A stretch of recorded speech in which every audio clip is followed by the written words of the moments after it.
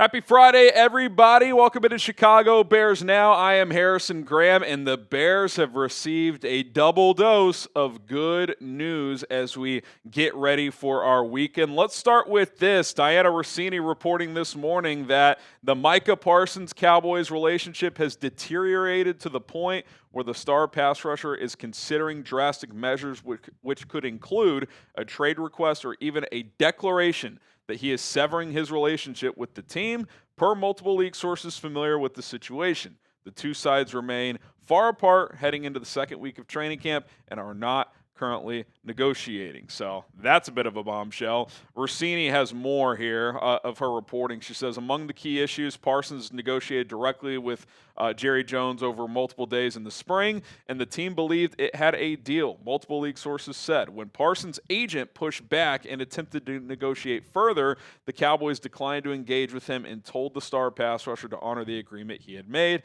Now the team is refusing to engage with Parsons' agent at all, creating a tense standoff amid increasing friction. Parsons, who is in the final year of his rookie deal, is attending Cowboys practices but not participating in on-field work. The 26-year-old four-time Pro Bowl pass rusher is annually among the NFL Defensive Player of the Year favorites and will likely earn more than $40 million per year from his next deal.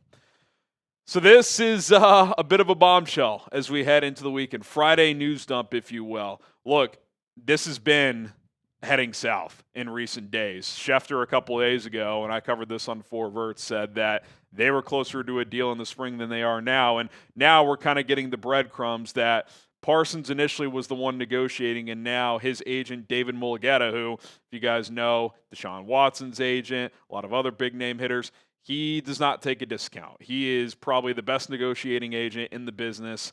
He's probably surpassed Drew Rosenhaus at this point. And look, that is the agent's job. The agent's job is to represent the client. So I get it if you're Jerry and Steven and you're frustrated, but sorry, man, the price went up. They probably had a deal in place before Max Crosby got a new deal, before Myles Garrett signed for $40 million, certainly before TJ Watt signed for $41 million. Things change. Until that ink's on the dotted line, negotiations change. And if you're representing Micah Parsons, I'd want to reset the market or at least be 40 plus. Why? Because even if you're going to concede that Myles Garrett and TJ Watt are better overall players, your pitch is, well, my guy's 5 years younger. He's still entering his prime. By the time this contract's up, he's still going to be in the peak of his powers, whereas those guys toward the end of their contract may be on the decline. From a Bears perspective, I think this is good news for a couple of reasons. One, if you want to try to make a sexy splash and make a big-time move if you're Ryan Poles, get on the phone and see if you can make it happen. Do I believe that's going to happen? Probably not. You're going to have to pay a pretty penny. You will have to negotiate this contract in different ways than you have before. They don't have a ton of current cap space. Now, you can always move things around. You can do a huge signing bonus. You can backload the deal. You can add void years, which is something Poles has tried to avoid. I would argue all those things would probably be worth it for a guy like Micah Parsons. I don't anticipate they would do it. I'm at least making a phone call, though, if I'm Chicago. But even if you don't make a trade, well, it's still good chance that this is good news because you get him out of the NFC in all likelihood. Now, there are a couple of teams in the NFC that Dallas could trade him to, but I would think there's more AFC teams that Jerry Jones and Stephen Jones would try to move Micah Parsons to. Now, in terms of if he somehow ended up in Chicago, I mean, think about how good this defensive line all of a sudden would be. Micah Parsons on one side at edge, Montez Sweat on the other side, and then you've got like 4 good defensive tackles. Dio Adengo can just be your do-it-all guy, be your third edge, be your a pass-rushing defensive tackle. He probably is a little overpaid at that point if he's not a full-time starter, but like if that's because you end up with Micah Parsons, I can live with that. You want to talk about a guy that can change the course of a season for you. I think you add a guy like Micah Parsons, if Caleb takes the proper steps, you're talking about maybe an NFC contender this year. I don't think that's off the table if you are the Chicago Bears. We outlined it in a video recently. Obviously, there's risk involved. They did this with Khalil Mack in 2018. The mistake there was not getting Khalil Mack. The mistake was thinking that Mitch Trubisky is the guy. I am a firm believer that Caleb Williams is much better than Mitch Trubisky. Is he a top 10 quarterback in the league? That's the question you need to answer and be honest with yourself if you are Ben Johnson, Ryan Poles. Can Caleb get to that status, by next year? Like, if he can, this is a move you heavily consider. If you're hesitant, then you probably don't pull the trigger on this. I've said it. It would cost a pretty penny. You're probably looking at 2 first-round picks, and then you're probably resetting the edge market with them. You're probably looking at 4 years and $42 million per year with, $125 million guaranteed. It would cost a shit ton of money. But give him a huge signing bonus, keep those cap hits low. He does have his 5th-year option currently right now, so it could turn into a 5-year deal really in the 30s in terms of millions per year. You could structure this in a way, if the McCaskies will open up the pocketbook, that can benefit you from a salary cap standpoint. So I'm going to monitor this because it's a position of need. He's an absolute superstar, and things are going south in Dallas in a major, major way. What say you? Should the Bears trade for Micah Parsons? Type T for trade, or you can type P for pass. I want to talk about bringing back the monsters of the Midway. Micah Parsons helps you do just that. Get yourself a Bears cutoff hoodie today at chatsports.com/Bears hoodie.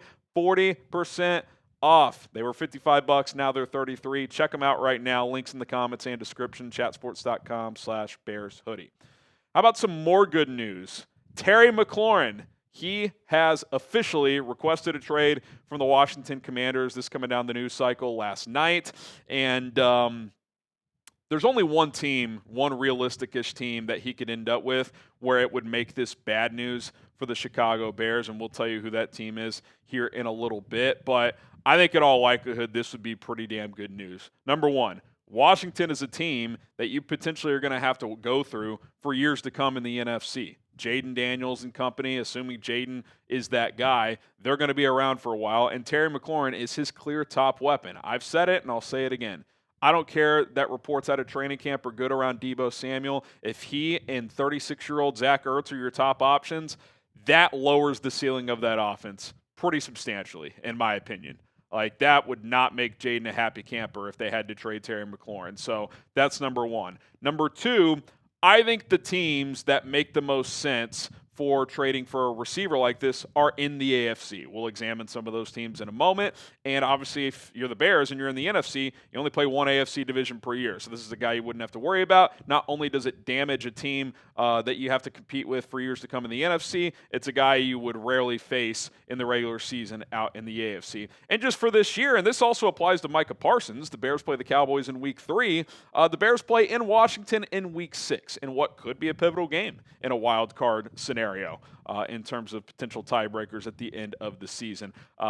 Sure, Jaden Daniels poses problems. They're going to be tough regardless to defend, but if I'm having to defend Deebo, Noah Brown, and Zach Ertz instead of Terry McLaurin to start that list, I feel much better about my chances of containing that offense in Washington. And I got to say, just from a side note standpoint, as you look at the receivers after McLaurin in Washington, which are pretty underwhelming. I think Deebo's a good player, but I don't think he's a top dog.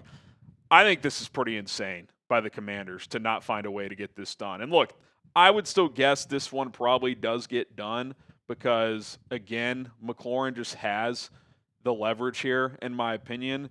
Their offense, I think their ceiling as a team lowers drastically without him. I think it would be a pretty insane move. They finally have momentum as a franchise. They finally have a quarterback in Jaden Daniels. They are in a win-now window. They were in the NFC Championship last year, and you're going to trade your number one receiver? I just think that would be absolutely insane for Adam Peters to do, and you finally have goodwill with the fan base as well, and talk about potentially throwing it all away if they can't figure this out. If you want the Commanders to trade Terry McLaurin, like I do, not to the Bears, not a position of need, but get him out of Washington, type me down in the comments below because I think that would be great news for the Chicago Bears. Don't forget to subscribe to the channel. We got you guys covered here on a daily basis. The boys aren't practicing today, so perfect time to talk about other news around the league. We'll do a little stock up, stock down this afternoon, so be on the lookout for that here on the show. And don't forget to subscribe. And by the way, the one team that Terry McLaurin could end up with that would be at least a little little concerning. That is the Green Bay Packers. I do wonder if Green Bay and company would offer one of their secondary receivers and try to bring in a true number one. That would obviously suck, but I think about 8 to 10 teams would be interested. So obviously, a team like the Patriots, the Bills, they would all call. So if you dodge that Green Bay bullet, this would be great news for the Chicago Bears. All right. By the way, we didn't hit this. I meant to cover this the other day, but with Virginia McCaskey's passing, the Bears are going to wear a patch on their jerseys this year. That looks like this. Pretty cool look right there. They're also not going to rock the alternate orange jerseys this year. The McCaskeys were very old school. They are not fans of change. So in honor of that, they're just going to stick with their standard home and aways. If they do wear an alternate jersey, it will not be the oranges. So that was reported. That part was reported by Patrick Finley. But rest in peace, Virginia. And this is a good little way to honor her this season. That's going to do it for Chicago Bears Now. We'll see you guys this afternoon with another video, stock up, stock down, unless there is breaking news. So stay tuned for that, and bear down.